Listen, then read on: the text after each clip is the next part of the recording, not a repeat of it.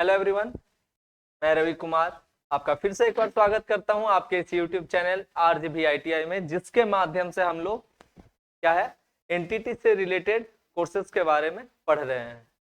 ठीक है, हमारा जो ये चैनल है, सॉरी,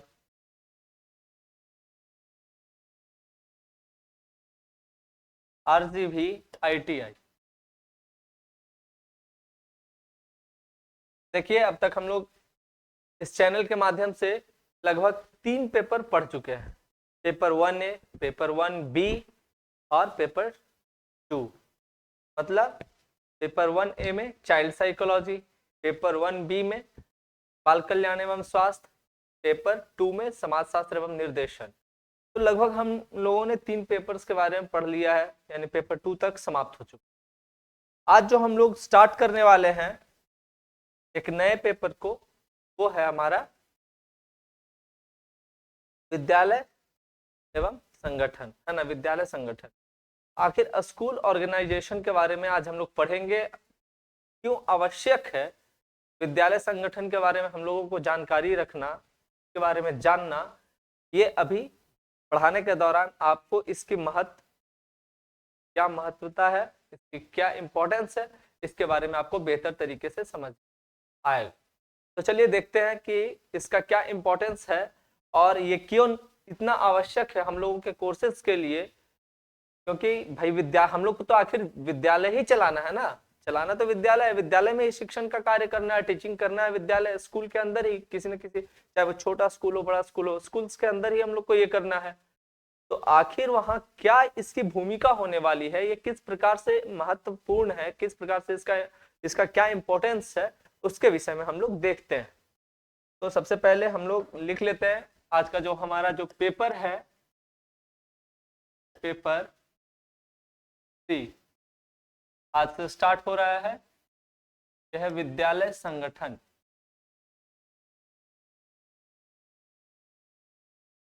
विद्यालय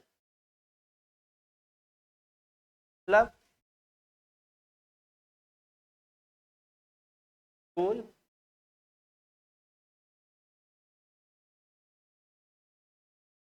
स्कूल ऑर्गेनाइजेशन,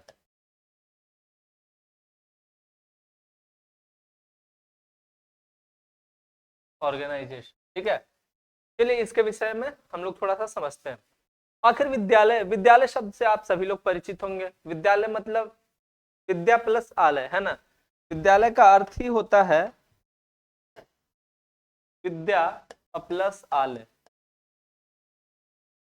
देखिए ये हिंदी का तो विषय नहीं है, हम लोग तो भाई एंटिटी के लिए पढ़ रहे हैं, लेकिन क्या है कि छोटी छोटी चीजों को हम लोग जोड़ते चलेंगे, उनका पुनर्अभ्यास करते चलेंगे। क्योंकि शिक्षक वही है जो निरंतर रूप से अपने ज्ञान में कुछ न कुछ नवीन चीजों को जोड़ता जाए, नए चीजों को सीखता जाए और पुरानी चीजों का पुनर्अभ्यास करता जाए, उनको अपने अंदर जीवित रखे। ऐसा नहीं आगे नया चीज सीख रहे पीछे से भूल जाए, बच्चा पूछेगा हम बताएंगे क्या, है ना। तो इन चीजों को भी जीवित रखना जरूरी है, आवश्यक है।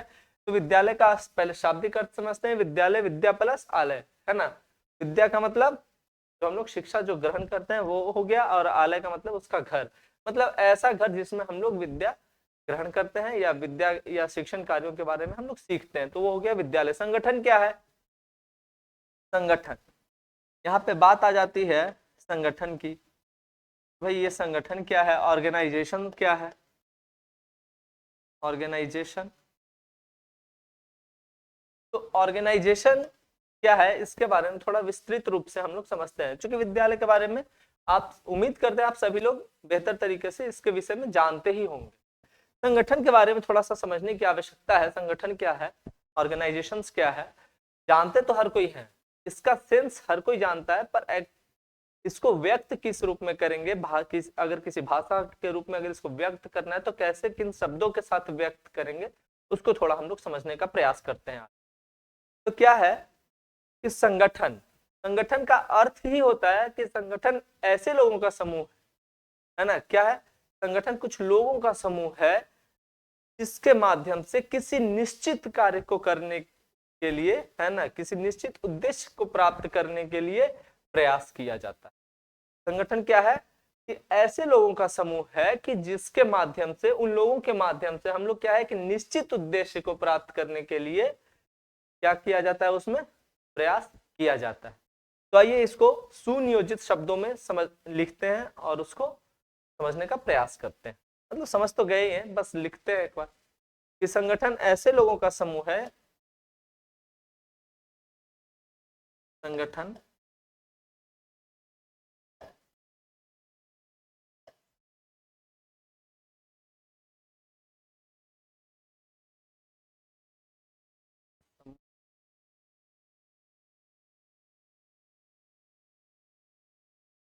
है जो,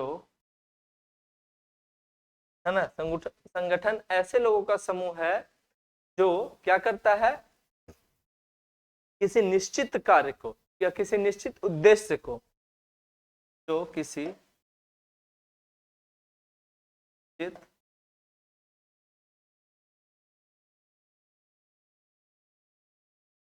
उद्देश्य को प्राप्त करने,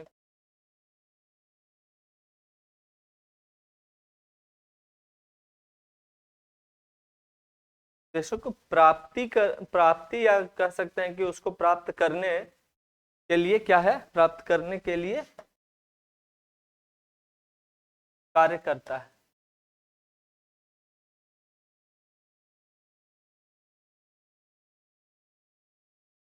ठीक है, ये हो गया एकदम सुनियोजित तरीके से भाषा शैली में अर्थ या परिभाषा जो भी कहते हैं। चलिए, विद्यालय और संगठन दोनों ही तथ्यों के बारे, दोनों ही शब्दों के बारे में हम लोगों ने अभी जानकारी प्राप्त कर ली है। अभी क्या है कि अब हम लोग क्या समझे, थोड़ा संगठन का अर्थ समझते हैं। संगठन आखिर परिभाषित तो कर दिया हम लोग कि ऐसे व्यक्तियों का समूह, कुछ लोगों का समूह, दो या दो से अधिक लोगों का समूह, है ना। अनेक तरीके से अनेक मनोवैज्ञानिकों ने इसका ये दिया है इसको परिभाषित किया है। लेकिन क्या है, अभी हम लोग थोड़ा सा समझेंगे कि संगठन का क्या है, कि ये किस प्रकार से ये संगठन बनता है, क्या है नहीं है, थोड़ा सा ये करते हैं। तो संगठन का क्या है, थोड़ा सा ये जो संगठन है ये क्या है कि कितना प्राचीन रहा होगा। ठीक है, सोचने की बात है। तो संगठन ये उतना ही प्राचीन है जितना कि मानव सभ्यता प्राचीन रहा होगा, उतना ही प्राचीन ये संगठन भी है। क्योंकि जिस समय से मानव सभ्यता का विकास हुआ, शुरुआत हुआ, तभी संगठनात्मक रूप से लोग मतलब एक दूसरे से जुड़कर रह रहे होंगे। ठीक है, तो सबसे पहले हम लोग देखते हैं इसको उदाहरण के तौर पर कि आखिर ऐसा कैसे भाई, कि मनुष्य का जब से मानव सभ्यता का विकास हुआ तब से क्या है, मनुष्य संगठन में ही रह रहा है। कैसे, एग्जाम्पल से समझने का प्रयास करते हैं। तो देखिए, बालक का जैसे जन्म हुआ, बालक का जन्म, बालक का जन्म बताइए कहाँ हुआ होगा। बालक का जन्म या तो किसी का घर में ही हुआ होगा, नहीं तो क्या कहाँ हुआ होगा, किसी हॉस्पिटल में हुआ। तो लिख सकते हैं इसको अस्पताल,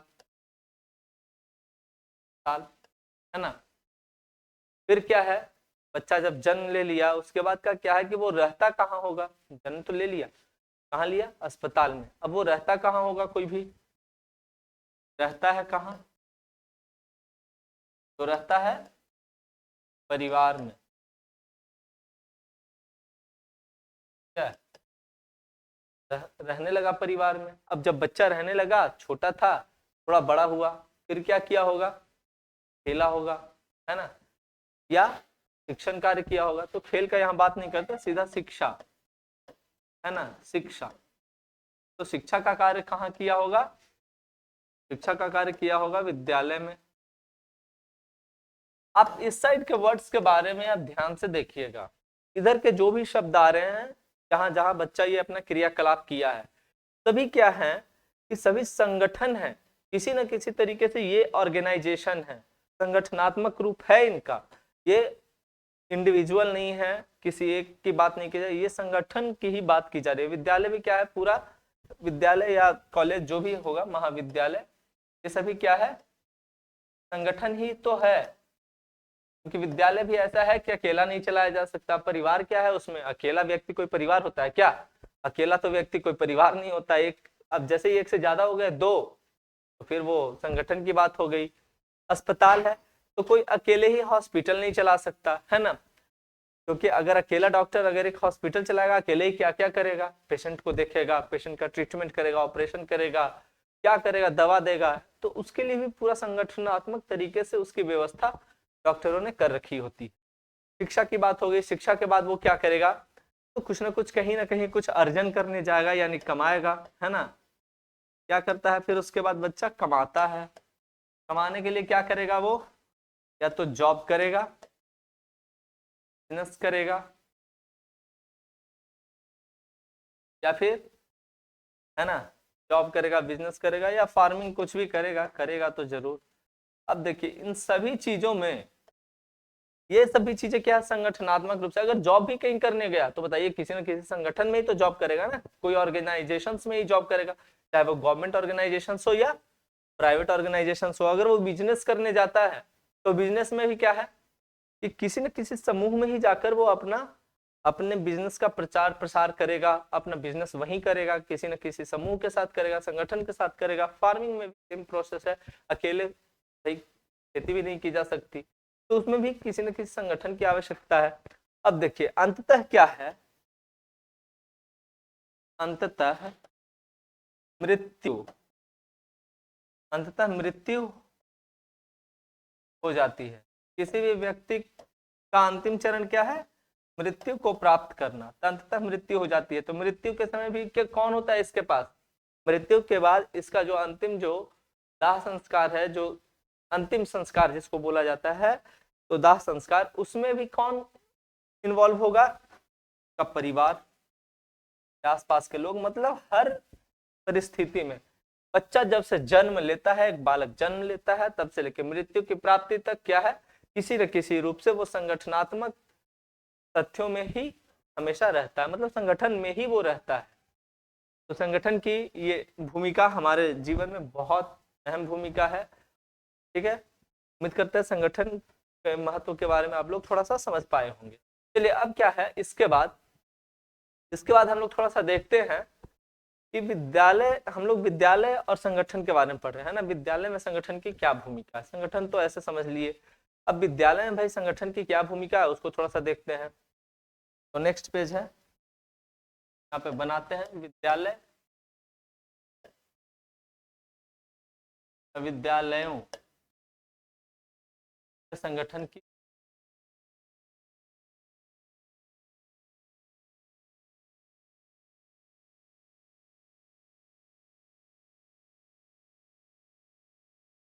है ना, तो बोल सकते हैं role role of organization in school. ठीक है, रोल ऑफ स्कूल ऑर्गेनाइजेशन। चलिए इसके बारे में क्या है, थोड़ा सा इसको समझते हैं कि क्या क्या भूमिकाएं हैं। तो सबसे पहला और जो महत्वपूर्ण भूमिका इसमें जो हो सकता है वो क्या है कि देखिए प्रत्येक विद्यालय में क्या है कि कुछ ना कुछ लक्ष्य, है ना, उसका कुछ ना कुछ लक्ष्य रखा जाता है विद्यालय का, कि हाँ भाई ये टारगेट है, ये स्कूल, आखिर हम लोग को आपस में समाज में भी बात होता है कि स्कूल में क्या है कि कुछ नहीं है, तो ऐसा है कि भाई इसमें कल्चर बहुत अच्छे तरीके से सिखाया जाता है, इसमें क्या लैंग्वेज अच्छा, बच्चा कुछ करे या ना करे लेकिन हाँ वो उसका जो तौर तरीका, बोलने का तरीका, ये सब, मतलब हर विद्यालय का कुछ ना कुछ अपना उद्देश्य होता है। तो प्रत्येक विद्यालय का कुछ ना कुछ क्या है कि उद्देश्य होते हैं जो उन्हें प्राप्त करना रहता है, विद्यालय को प्राप्त करना रहता है। ठीक है, उन उद्देश्यों की प्राप्ति विद्यालय को करना रहता है, उनका उद्देश्य होता है कि बच्चे को इस स्तर तक पहुंचाना है, ये हमारा टारगेट है, ये अचीव करना है, करके दिखाना है, जिसके लिए स्कूल को संगठित होना जरूरी है ना। विद्यालय को अपने उद्देश्यों की प्राप्ति के लिए, समझिए ध्यान से, विद्यालय को अपने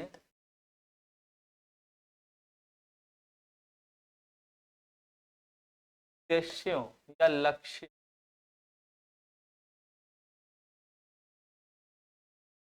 की प्राप्ति के लिए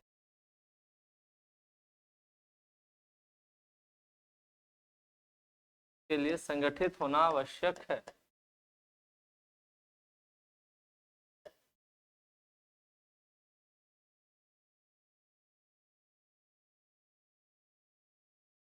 संगठित होना आवश्यक है।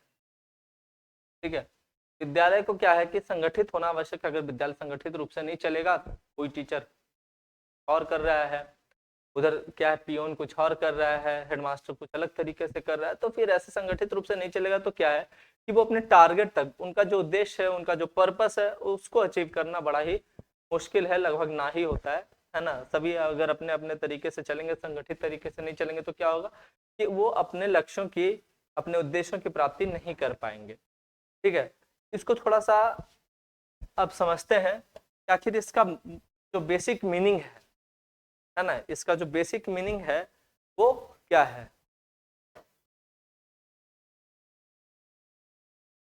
Basic of organisation.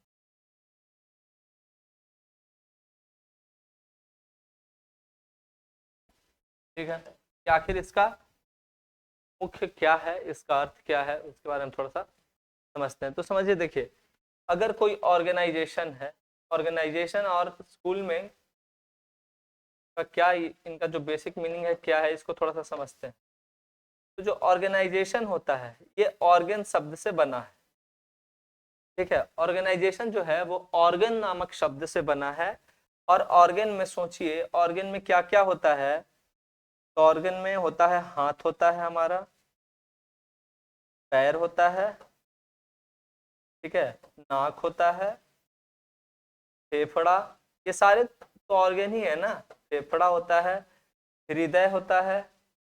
अगर एक भी अगर सही ढंग से अगर काम ना करे शरीर के अंदर, है ना, अगर शरीर के अंदर अगर एक भी अगर ये सब सही ढंग से अगर काम ना कर रहा हो, तो क्या होता है कि शरीर प्रॉपरली काम नहीं करता है। शरीर संगठित रूप से काम ना करे तो शरीर का कोई अर्थ नहीं बनता है ना। हम लोग ढंग से किसी भी कार्य को नहीं कर सकते। कोई भी अगर एक अगर फेफड़ा अगर काम करना बंद कर दे, आदमी काम करना बंद कर दे, हृदय अगर अपना काम करना बंद कर दे, तो कहानी खत्म है ना। पैर हाथ सबका अपना अपना रोल है। ठीक इसी तरीके से अगर हम देखें स्कूल को, या स्कूल क्या है, तो स्कूल का क्या है, स्कूल में डिपार्टमेंट होता है ना। हर चीज का अपना अलग अलग डिपार्टमेंट होता है। और उस डिपार्टमेंट के माध्यम से स्कूल या कॉलेज में, है ना, अपना अपना डिपार्टमेंट होता है। और इसमें भी अलग अलग तरह के भी पार्ट्स होते हैं। क्या भाई, तो इसमें कुछ क्या होते हैं कि टीचर्स होते हैं, प्रिंसिपल। तो सबसे पहले प्रिंसिपल को रखते हैं। इसमें क्या होता है कि प्रिंसिपल होता है और टीचर होता है। और क्या होते हैं, प्रिंसिपल हो गए, टीचर्स हो गए, क्लर्क होगा और पियोन होगा, है ना। इस तरीके से कुछ तत्व इसमें भी मिलकर संगठित रूप से कार्य करते हैं, तभी विद्यालय चलता है। तो ये था विद्यालय और संगठन। अभी क्या है कि अब हम लोग थोड़ा सा इसमें देखेंगे क्या है कि विद्यालय संगठन जो है उसके मुख्य उद्देश्य क्या है। मुख्य उद्देश्य है अपने लक्ष्यों की प्राप्ति करना। पर हेडिंग डालते हैं, विद्यालय संगठन के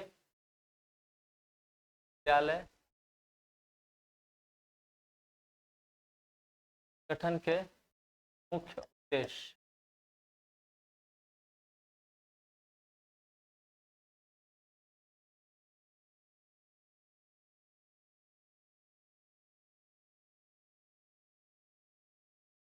क्या क्या है इनके मुख्य उद्देश्य के विषय में थोड़ा सा देख लेते हैं। इसका मुख्य उद्देश्य आखिर क्या क्या है। तो विद्यालय संगठन का जो मुख्य उद्देश्य है वो है ऐसे अध्यापकों की नियुक्ति करना जो कि क्या हो, अनुभवी, है ना। सबसे पहला है कि ऐसे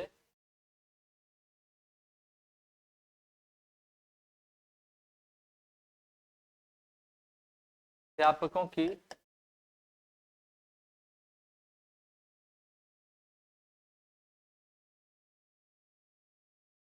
करना जो कि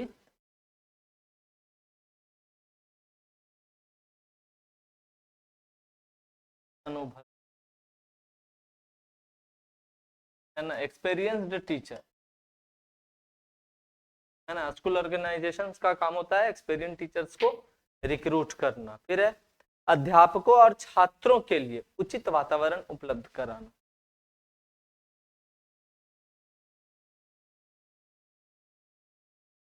अध्यापकों और छात्रों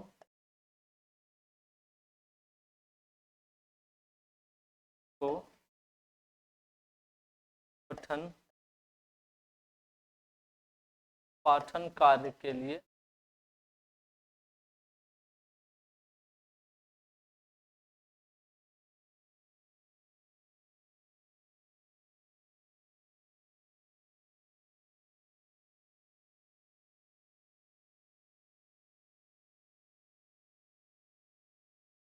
ये भी इसका रोल है और स्कूल ऑर्गेनाइजेशंस का। और है अध्यापकों को शिक्षण कार्य हेतु जो भी जरूरी उपकरण है उसको उपलब्ध करवाना।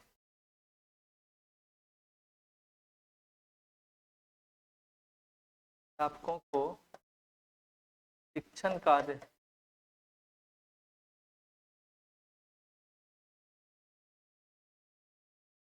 हेतु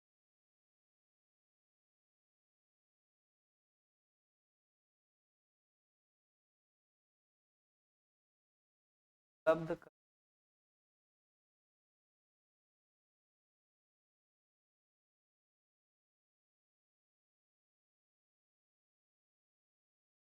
और जो एक और पॉइंट देख लेते हैं हम लोग कि छात्रों के सर्वांगीण विकास के लिए, है ना, या छात्रों के सर्वांगीण विकास के लिए समुचित व्यवस्था करना, या इसको दूसरे तरीके से लिख सकते हैं छात्रों के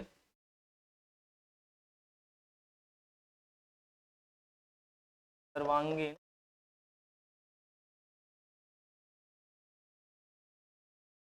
विकास के लिए अग्रसर रहना। ठीक है, ये सब कार्य हैं विद्यालय संगठन के, ये सब मुख्य उद्देश्य हैं। इन सब उद्देश्यों की प्राप्ति के लिए विद्यालय में संगठन का निर्माण होता है और विद्यालय को संगठनात्मक तरीके से कार्य करना होता है। उम्मीद करते हैं कि आपको ये विद्यालय संगठन का जो टॉपिक था बेहतर तरीके से समझ में आया होगा। हम अपने तरफ से पूर्ण प्रयास किए हैं, आप लोग भी अपने तरीके से अपने तरफ से पूर्ण ऊर्जा के साथ इसको समझने का प्रयत्न कीजिए। और अगर वीडियो सही लगे तो लाइक शेयर और सब्सक्राइब जरूर करें।